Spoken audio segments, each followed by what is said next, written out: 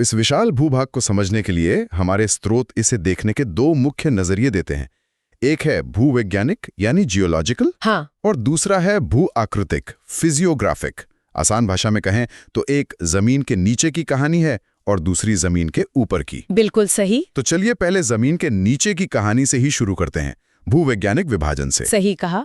भूवैज्ञानिक विभाजन का मतलब है कि हम जमीन को उसकी चट्टानों की उम्र, उनकी बनावट और उनके बनने के इतिहास के आधार पर बांटते हैं। अच्छा। और इस नजरिए से देखें तो भारत को 3 बड़े हिस्सों में बांटा जा सकता है। इसे ट्रिपल टेक्टोनिक डिवीजन भी कहते हैं। ओके। पहला और सबसे पुराना हिस्सा है प्रायद्वीपीय खंड, द पेनिनसुलर ब्लॉक, जो कि भारत की नींव है। दूसरा है हिमालय और उसकी साथी पर्वतमालाएं, जो इस नींव पर सबसे नई बनी इमारतें हैं। और तीसरा है इन दोनों के बीच का विशाल सिंधु गंगा ब्रह्मपुत्र का मैदान, जो इन नई बनी इमारतों से निकली नदियों ने भरा है। बिल्कुल, वो एक तरह से एक गहरी खाई थी जो नदियों की लाई मिट्टी से भर गई। इसमें से ये जो प्रायद्वीपीय खंड है, ये सबसे दिलचस्प लगता है। स्रोत कहते हैं कि ये दुनिया के सबसे पुराने भूभागों में से एक है। भारत का बुजुर्ग हिस्सा कह सकते हैं। हाँ, कह सकते हैं। ये भारत का दिल है। ये उत्तरी मैदानों के ठीक दक्षिण में एक विशाल उल्टे त्रिभुज की तरफ फैला हुआ है। नक्शे पर ये कहाँ से कहाँ तक फैला है? देखिए, इसकी जो उत्तरी सीमा है वो कोई सीधी रेखा नहीं है। अच्छा। ये पश्चिम में कच्छ से शुरू होती है, फिर अरावली की पहाड़ियों के साथ साथ चलती है दिल्ली तक। हाँ, दिल्ली तक, और फिर वहां से यमुना और गंगा के समानांतर चलते हुए राजमहल की पहाड़ियों और गंगा डेल्टा तक जाती है। ये एक बहुत ही स्थिर और कठोर भूभाग है, ग्रेनाइट और नाइस जैसी चट्टानों से बना हुआ। हाँ, बिल्कुल, प्राचीन चट्टानें। इसीलिए इस क्षेत्र में भूकंप बहुत कम आते हैं। मैं स्रोतों में एक बात पढ़कर थोड़ा चौंका। इसमें लिखा है कि मेघालय का पठार और पूर्वोत्तर का कार्बी आंगलोंग, जो देखने में मुख्य भारत से कटे हुए लगते हैं, असल में इसी पुराने प्रायद्वीपीय खंड का हिस्सा हैं। ये कैसे हो सकता है? बीच में तो पूरा मैदान है, बांग्लादेश है। यही तो भूविज्ञान का जादू है। हाँ, वो दोनों पठार इसी प्राचीन भूभाग के पूर्वी विस्तार हैं। एक समय था जब ये छोटा नागपुर पठार से सीधे जुड़े हुए थे, लेकिन फिर एक जबरदस्त भूगर्भीय घटना हुई। और वो घटना क्या थी? स्रोतों में एक मालदा भ्रंश या गारो राजमहल गैप का जिक्र है। क्या यही वो वजह है? बिल्कुल वही। ये एक बहुत आकर्षक कहानी है। कल्पना कीजिए कि भारतीय प्लेट जब उत्तर पूर्व की ओर खिसक रही थी और हिमालय को ऊपर उठा रही थी। वो दबाव? उस जबरदस्त दबाव के कारण प्रायद्वीपीय पठार के उत्तर पूर्वी कोने में एक बहुत बड़ी दरार पड़ गई। अच्छा, राजमहल की पहाड़ियां जो आज झारखंड में है और मेघालय के पठार के बीच का हिस्सा नीचे धंस गया। ओहो। इसे ही हम मालदा फॉल्ट या गारो राजमहल गैप कहते हैं। बाद में गंगा और ब्रह्मपुत्र जैसी नदियों ने लाखों सालों तक इस गहरी खाई को अपनी लाई हुई मिट्टी से भर दिया और आज का समतल मैदान बना दिया। बिल्कुल। इसी वजह से मेघालय का पठार आज अपने परिवार यानी प्रायद्वीपीय भारत से अलग थलग खड़ा दिखाई देता है। तो मतलब जमीन के नीचे वो आज भी जुड़े हुए हैं? हाँ, एक तरह से। तो ये तो ही जमीन के नीचे की कहानी। अब उस नींव पर बनी शानदार इमारत की बात करते हैं, यानी भारत की भू आकृतिक बनावट की। स्रोत भारत को 6 मुख्य भौतिक हिस्सों में बांटते हैं। उत्तरी पर्वतमाला, उत्तरी मैदान, प्रायद्वीपीय पठार, भारतीय मरुस्थल, तटीय मैदान और द्वीप समूह। जैसा हमने तय किया था, आज हम सिर्फ उत्तरी और उत्तर पूर्वी पर्वतमाला पर ध्यान देंगे। हाँ, क्योंकि हिमालय की कहानी अपने आप में एक पूरा अध्याय है। सही। इसमें सिर्फ हिमालय ही नहीं बल्कि ट्रांस हिमालय और पूर्वांचल की पहाड़ियां भी शामिल हैं। और जैसा हमने शुरू में कहा था, इसका निर्माण यूरेशियन प्लेट और भारतीय प्लेट के टकराव से हुआ। लेकिन दिलचस्प बात यह है कि ये टकराव कोई एक बार का एक्सीडेंट नहीं था। नहीं, बिल्कुल नहीं। ये एक धीमी गति की सिलसिलेवार घटना थी जो 3 मुख्य चरणों में हुई। यहीं से बात और भी पेचीदा और दिलचस्प हो जाती है। स्रोत कहते हैं कि ये टक्कर सीधी नहीं थी बल्कि एक कोण पर हुई। इसका क्या मतलब हुआ? इसका मतलब है कि भारतीय प्लेट सीधी जाकर नहीं टकराई, बल्कि एक तरफ से पहले टकराई। इस पहली टक्कर से जो पहली विशाल लहर उठी, उसने वृहद हिमालय यानी ग्रेटर हिमालयास को जन्म दिया। हिमालय की सबसे ऊंची और सबसे पुरानी श्रृंखला। हाँ, जिसमें एवरेस्ट और कंचनजंगा जैसी चोटियां हैं। और दूसरे चरण में क्या हुआ? स्रोतों में एक डोर स्लैमिंग शट यानी दरवाजा जोर से बंद होने जैसी प्रक्रिया का जिक्र है।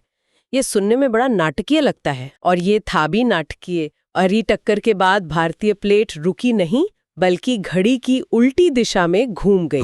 हाँ, कल्पना कीजिए कि एक दरवाजा है जिसका कब्जा पूर्व में है और दरवाजा पश्चिम से आकर चौखट से टकराता है। अच्छा। ठीक वैसे ही भारतीय प्लेट का पश्चिमी सिरा घूमकर यूरेशियन प्लेट से टकराया। इस घुमाव ने पूरी भू आकृति को ही बदल दिया। एक मिनट, अगर प्लेट घूमी तो इसका मतलब है कि टक्कर हर जगह एक जैसी नहीं थी। क्या स्रोतों में इसका जिक्र है कि इस घुमाव का पूर्वी और पश्चिमी हिस्सों पर क्या अलग-अलग असर पड़ा? बहुत अच्छा सवाल है। बिल्कुल अलग असर पड़ा। दरवाजे का सारा जोर उसके कब्जे के पास होता है। सही। उसी तरह इस टक्कर की सारी ऊर्जा पूर्वी हिस्से पर केंद्रित हो गई। यही कारण है कि पूर्वी हिमालय बहुत संकरा है, सिर्फ 15-30 किलोमीटर चौड़ा, लेकिन बहुत ज्यादा ऊंचा और खड़ी ढलानों वाला है। और पश्चिमी हिस्सा? जबकि पश्चिमी हिस्से पर दबाव कम था, इसलिए वहां पिघला हुआ पदार्थ ज्यादा फैल सका। इसी वजह से पश्चिमी हिमालय बहुत चौड़ा है, लगभग 250 से 300 किलोमीटर तक। तो इस सिलसिलेवार टक्कर का अंतिम नतीजा क्या हुआ? नतीजा ये हुआ कि हर टक्कर ने एक नई पर्वत श्रृंखला को जन्म दिया। अच्छा। पहली टक्कर से बना वृहद हिमालय, ग्रेटर हिमालय। दूसरी टक्कर से, जो थोड़ी कम शक्तिशाली थी, उससे बना लघु हिमालय, लेसर हिमालय, जिसमें शिमला और मसूरी जैसे हिल स्टेशंस हैं। और तीसरी टक्कर? और तीसरी और सबसे हल्की टक्कर से बनी सबसे बाहरी और सबसे कम ऊंची शिवालिक श्रृंखला। तो इसका मतलब ये हुआ कि अगर हम मैदानों से हिमालय की ओर जाएं, यानी दक्षिण से उत्तर की ओर, हाँ, तो हम असल में समय में पीछे जा रहे हैं। शिवालिक सबसे नई, फिर लघु हिमालय, और फिर सबसे पुराना और महान वृहद हिमालय। एकदम सही। आपने पूरी प्रक्रिया का सार बता दिया।